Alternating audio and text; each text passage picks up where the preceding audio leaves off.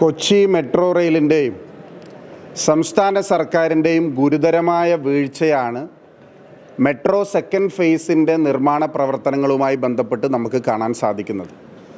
കുറ്റകരമായ അനാസ്ഥയാണ് സംസ്ഥാന സർക്കാരും KMRലും നടത്തിയിട്ടുള്ളത്.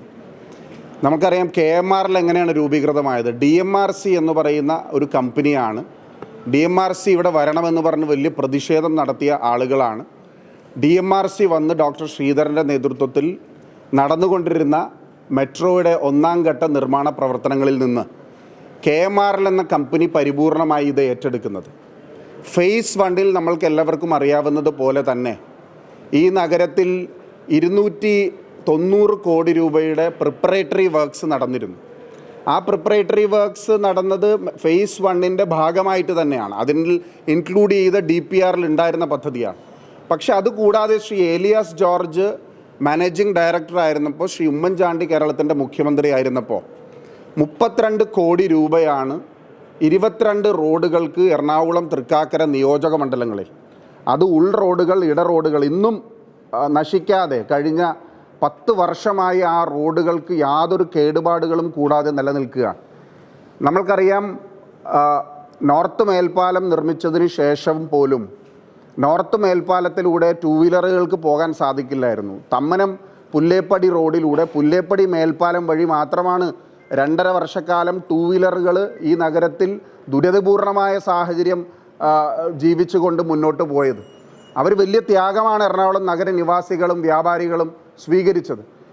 എങ്കിൽ അവർക്ക് വേണ്ടുന്ന റോഡിൻ്റെ സ്പെഷ്യൽ പാക്കേജ് ഉമ്മൻചാണ്ടി സർക്കാർ പിന്നീട് അംഗീകരിക്കുകയാണ്. അത് DPRൻ്റെ ഭാഗമായിട്ടുണ്ടായിരുന്നതല്ല. അത് കൃത്യമായി 32 കോടി രൂപ 22ഓളം റോഡുകൾ, നഗരത്തിൻ്റെ അകത്തുള്ള ഇടവഴികൾ അത് ടാർ ചെയ്യാൻ വേണ്ടി കൊടുത്തതുകൊണ്ടാണ് മെട്രോ പദ്ധതി സുഗമമായി ആദ്യഘട്ടത്തിൻ്റെ പല റീച്ചുകളിലായി പൂർത്തീകരിച്ചത്. ഈ സർക്കാർ അധികാരത്തിൽ വന്ന് ഉമ്മൻചാണ്ടി 2012 UDF സർക്കാർ വന്ന് 2016 സർക്കാരിൻ്റെ കാലാവധി തീരുന്ന സമയത്ത് ആദ്യത്തെ ഘട്ടം ട്രയൽ റണ്ണും ടെസ്റ്റ് റണ്ണും എല്ലാം കഴിഞ്ഞ് മെട്രോൻ്റെ നിർമ്മാണം 95% കഴിഞ്ഞിരുന്നു. അതിൻ്റെ സാങ്കേതികമായ ഉദ്ഘാടനം മാത്രമാണ് ഇവർ അന്ന് നടത്തിയത്. ഈ 8.5 വർഷമായിട്ട് എന്താണ് ഇവർ മെട്രോൻ്റെ മെല്ലെപ്പോക്ക്?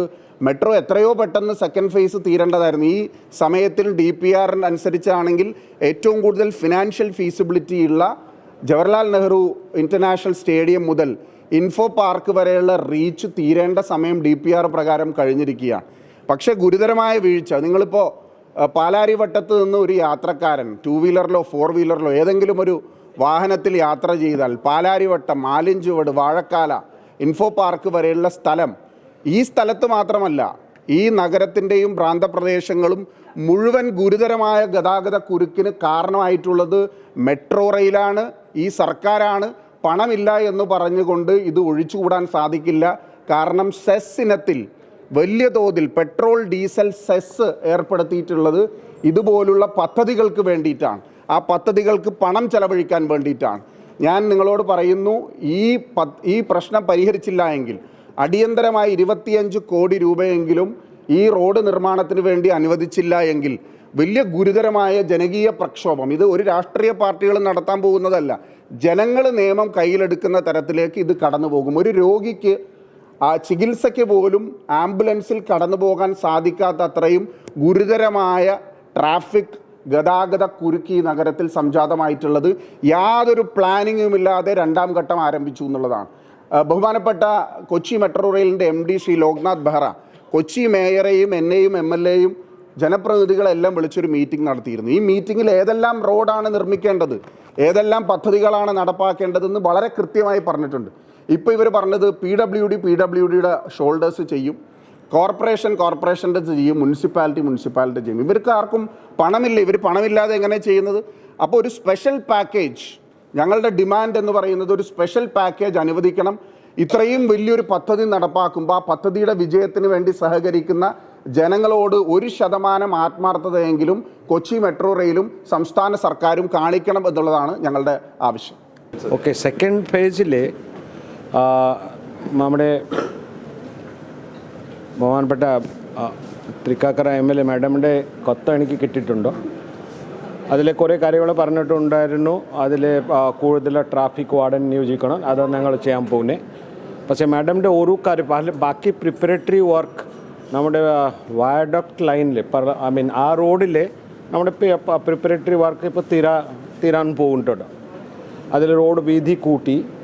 പക്ഷേ ആൾക്കാരുടെ ആക്ച്വലി ഒരു ഡിമാൻഡാണ് ഈ മെയിൻ റോഡ് കണക്ട് ചെയ്തിട്ടുള്ള ചെറിയ ഇടവഴികളിൽ ചെറിയ വഴികളൊക്കെ ഒന്ന് വളരെ വീതി കൂട്ടണം, ഓർ റിപ്പയർ ചെയ്യണം, പിന്നെ അത് കൂടാതെ ടാറിങ് ചെയ്യണം, ഈ കാര്യമുള്ളൂ. പക്ഷേ അത് ചെയ്യാൻ വേണ്ടിയിട്ട് നമ്മുടെ ആക്ച്വലി ഇപ്പോൾ ആ പ്രിപ്പറേറ്ററി വർക്ക് DPR പ്രിപ്പയർ ചെയ്യാൻ സമയത്ത് അത് ഉണ്ടായിരുന്നില്ല. അപ്പോൾ അതുകൊണ്ട് നമ്മുടെ കയ്യിൽ അത്ര ആ ഫണ്ട്സ് ഇല്ല. ഞങ്ങൾ പിന്നെ കൺസേൺ ഡിപ്പാർട്ട്മെൻറ്റുകൾക്ക് എടുത്തിട്ടുണ്ടായിരുന്നു, പക്ഷേ അത് ഇതുവരെ ആയിട്ടില്ല. ഈ അടുത്ത കാലത്ത് ഞാൻ വളരെ ഹമ്പിളായിട്ട് ഞാൻ ഗവൺമെൻറ്റിക്ക് ഇപ്പോൾ എടുത്തിട്ടുണ്ട്. കുറച്ച് എക്സ്ട്രാ പൈസ നമുക്ക് തരാൻ വേണ്ടിയിട്ട് അത് ഗവൺമെൻറ് ഇപ്പോൾ പരിഗണിക്കുന്നുണ്ട്. അത് കിട്ടിയ ശേഷം നമ്മുടെ ആ വരികളൊക്കെ നമുക്ക് ചെയ്യാം. ഇല്ലെങ്കിൽ PWD ഓർ LSGD അവർക്ക് ചെയ്യാൻ വേണ്ടി വരും. If I get the money I will do it. അപ്പോൾ ഇഫ് അത് കിട്ടിയില്ലെങ്കിൽ നമുക്ക് ആ ഡിപ്പാർട്ട്മെൻറ്റിക്ക് കൊടുത്താൽ പോലും നമുക്ക് ഒരു വിരോധവും ഇല്ല. പക്ഷെ നമ്മുടെ മെയിൻ റോഡ് നമുക്ക് വളരെ നല്ല രീതിയിൽ ഞങ്ങൾ ചെയ്തോളാം. കാരണം ആ സമയത്ത് ചില തടസ്സങ്ങളും ഉണ്ടായിരുന്നു. അപ്പോൾ അത് മാക്സിമം ഞങ്ങൾ എല്ലാവരുടെ സഹായം കിട്ടിയിട്ട് അത് ശരിയാക്കിയിട്ടുണ്ട്. ഇപ്പോൾ നേരത്തെ ചെമ്പമൂക്കിലെ പടമുകളിലെ ചെറിയ പ്രശ്നങ്ങളുണ്ടായിരുന്നു, അതിപ്പോൾ പോയി, കുറച്ചുകൂടി കുറഞ്ഞിട്ടുണ്ട്. 100% കുറയില്ല, അത് എല്ലാവർക്കും അറിയാം. അപ്പോൾ ഞങ്ങൾ പരമാവധി ശ്രമിക്കാം ആൾക്കാരുടെ ബുദ്ധിമുട്ടുകൾ എത്ര പെട്ടെന്ന് ഒരു അഡ്രസ്സ് ചെയ്യാൻ വേണ്ടിയിട്ട് ഞങ്ങൾ ശ്രമിക്കിട്ടുണ്ട്. ഈ രണ്ടാം ഘട്ടത്തിലെ ഈ നിർമ്മാണവുമായി ബന്ധപ്പെട്ട ഒരു കത്ത് MLA തന്നെന്ന് പറഞ്ഞു. അപ്പോൾ ആ കത്ത് കിട്ടിയിട്ടും ഒരു അനുഭാവപൂർവമായ നടപടി ഉണ്ടായില്ല. കാരണം ഫണ്ടില്ല എന്നൊരു കാര്യം മാത്രമാണ് പറഞ്ഞതെന്നാണ് MLAയുടെ ആക്ഷേപം. അപ്പോൾ ഇതുമായിട്ട് ബന്ധപ്പെട്ട് തിങ്കളാഴ്ച ഒരു പ്രതിഷേധമൊക്കെ സംഘടിപ്പിക്കുന്നുണ്ട്.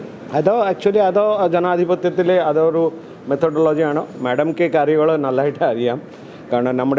കാരണം ഫസ്റ്റ് ഫേജിൽ 33 crores ഇത് ഈ ഇടവഴികൾക്ക് ഇമ്പ്രൂവ് ചെയ്യാൻ വേണ്ടിയിട്ട് കിട്ടിയായിരുന്നു ഫസ്റ്റ് ഫേജിൽ. അതുകൊണ്ട് ആ പൈസ നമുക്ക് എങ്ങനെ ഇതിൽ ഇല്ല. Thank you.